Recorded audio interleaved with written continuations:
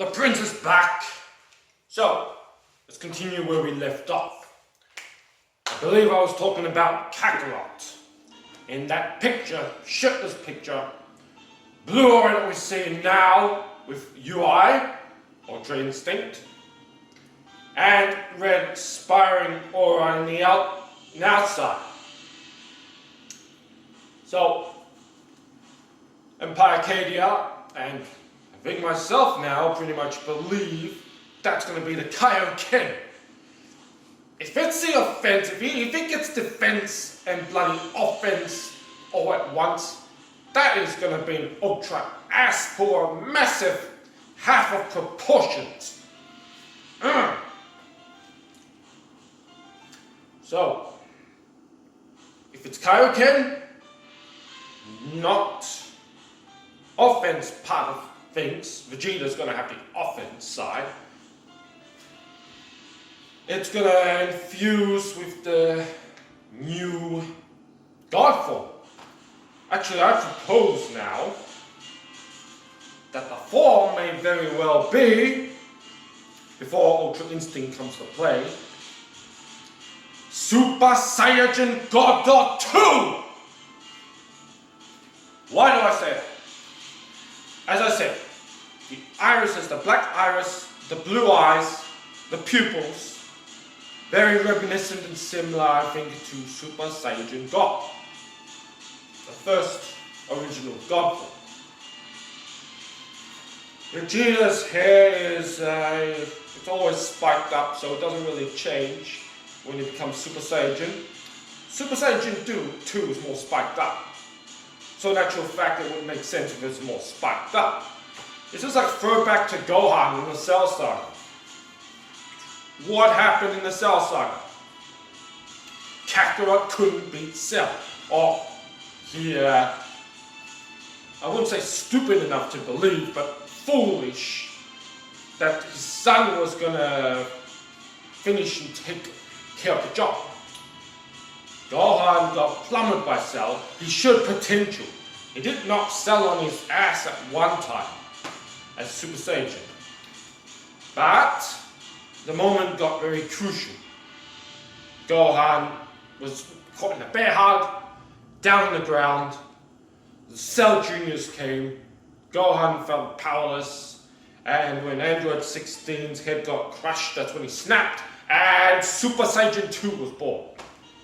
Well, in actual fact, he did harness, tap into the power of Super Saiyan 2 briefly in a hyperbolic time chamber. When he was training with Kakarot, Kakarot saw it himself. That's why he believed that Gohan possessed the necessary power to take care of Cell. So, back to Vegeta. In the TOP, Tournament of Power Saga. Or arc, or whatever you want to call it. He's been training in the hyperbolic time chamber. What the hell? Need to see bloody.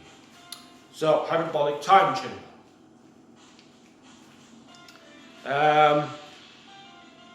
Not once, twice. Technically 3 times. The first time was with Kakarot. They trained 3 years. And it got slightly stronger. Second time was before the rematch with Black, the ultimate showdown and rematch, where he pummeled Black.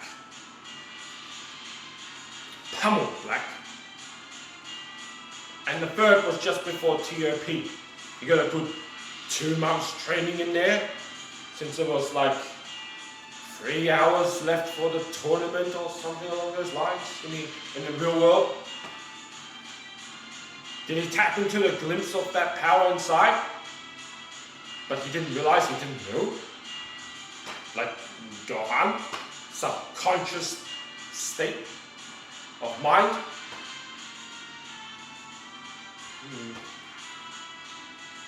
Differences is the first time, well, technically second time, Vegeta was huffing, puffing when he blew the time chamber up.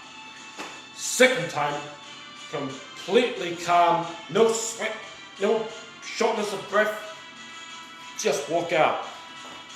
a man on a mission. So, right now, Jiren has temporarily taken out Vegeta, unconscious. Prior to that, the final flash, right before, Jiren spoke these very words. Your fists are impure. You'll never have the strength to defeat me, or something along those lines. Vegeta,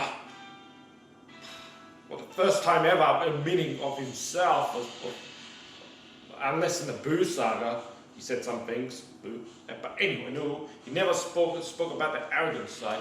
He says, indeed, I am arrogant, but that is what part makes my Saiyajin pride. Context of words. I think Vegeta has to let go that arrogant side of himself. Retain his pride. His pride is a must, it's a necessity. It is the true strength of his power. And not just not the pride of his strength of himself. It's of his family and his adopted Saiyajin race of Universe 6 that is fighting extra hard for the Super Dragon Balls. That he doesn't care about anything else for the Super Dragon Balls. He wants them to get his adopted Saiyajin race back. He's determined to go to planet Sadal and meet the king and see the culture of his alternate race. Which ultimately I think will lead up to the Saiyajin movie. Or the Saiyajin movie, right, is as they're going to Sadal, or while they're there, somehow Whis or someone else will speak of the legend of Yamashi, the original, the true Saiyajin God. So, the theories and speculations I talked about, and several other people, even Empire Cadia, Vegeta's royal elite bloodline could have been ascended from Yamashi, related, ancestor. But I also propose, whenever I've spoken of it prior, Vegeta could very well, and this is not the first time it's occurred in the series, could be the actual reincarnation of Yamashi himself. Because reincarnation has not appeared the first time. Kipu was destroyed, and he was reincarnated into Oob. They've mentioned Oob throughout Super here and there, but he's still a little kid, he can't do anything much. The whole 10 years has not expired yet. I don't know, a good 4 years maybe thus far.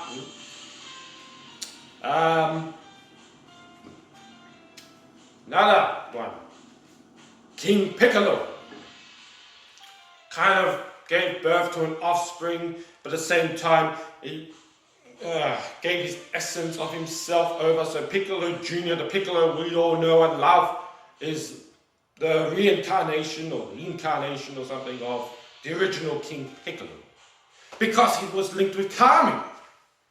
You'd think if it was an actual offspring, how is that linked to Kami if Kami separates himself into 2 halves? One dies, the other dies. Simple as that. But no, King Piccolo could have been killed. If he had died, if King Kakarot killed him, Kami, GG, gone.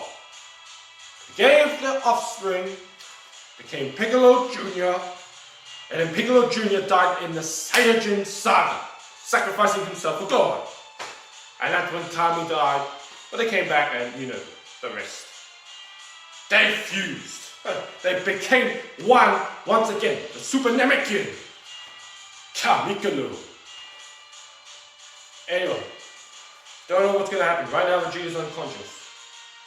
The spirit of Yamashi speak to him? Wait, if he's the reincarnation killer, yes.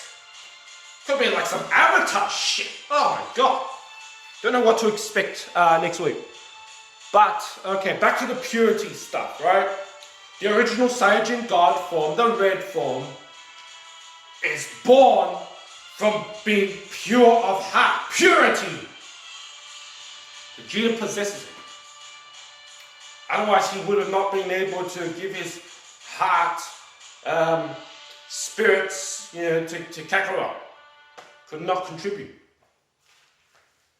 So, but then he already had it inside himself, and that's why he refused the ritual as well. And he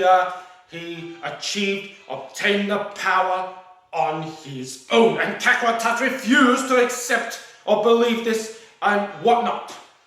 My God, Resurrection F, not the movie, but the saga and the manga, Kakarot states this. In fact, when Kakarot became Super Saiyan God, it's like, I understand, this is a power I can never achieve, by myself, on my own, or whatever, Limitations, for the first time Kakarot had. But he obtained the godly key in that manner, and so we had the fusion of Super Saiyajin with godly key to make Super Saiyajin Blue. Not a true God form, evident of the eyes, not having any black irises, the pupils, whatnot.